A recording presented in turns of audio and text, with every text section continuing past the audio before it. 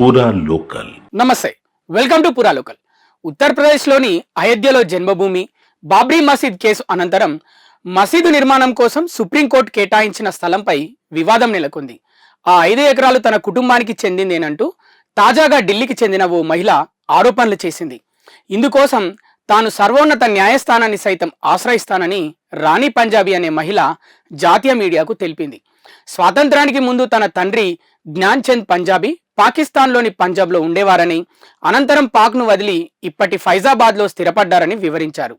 ప్రస్తుతం మసీదు నిర్మాణం కోసం ఇచ్చిన 5 ఎకరాల భూమితో కలిపి మొత్తం 28 ఎకరాల భూమిని 1983 వరకు తన తండ్రి సాగు చేసేవారని, అయితే ఆయన ఆరోగ్యం బాగా లేకపోవడంతో తాము ఢిల్లీకి వెళ్లవలసి వచ్చిందన్నారు. ఈ క్రమంలోనే కొంతమంది తమ భూమిని ఆక్రమించుకున్నారని స్పష్టం చేసింది. తాను మసీదు నిర్మాణానికి వ్యతిరేకం కాదన్న రాణి పంజాబీ 5 ఎకరాల భూమి తమదేనని ప్రభుత్వం గుర్తిస్తే చాలని తెలిపింది.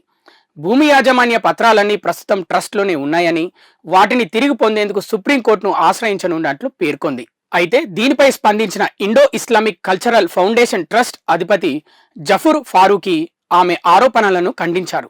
రాణి పంజాబీ వాదనలను 2021లో అలహాబాద్ హైకోర్టు కొట్టివేసిందని తెలిపారు. ఈ అక్టోబర్లో మసీదు నిర్మాణాన్ని ప్రారంభించనున్నట్లు వివరించారు. ఇవి ఇప్పటి వరకున్న అప్డేట్స్.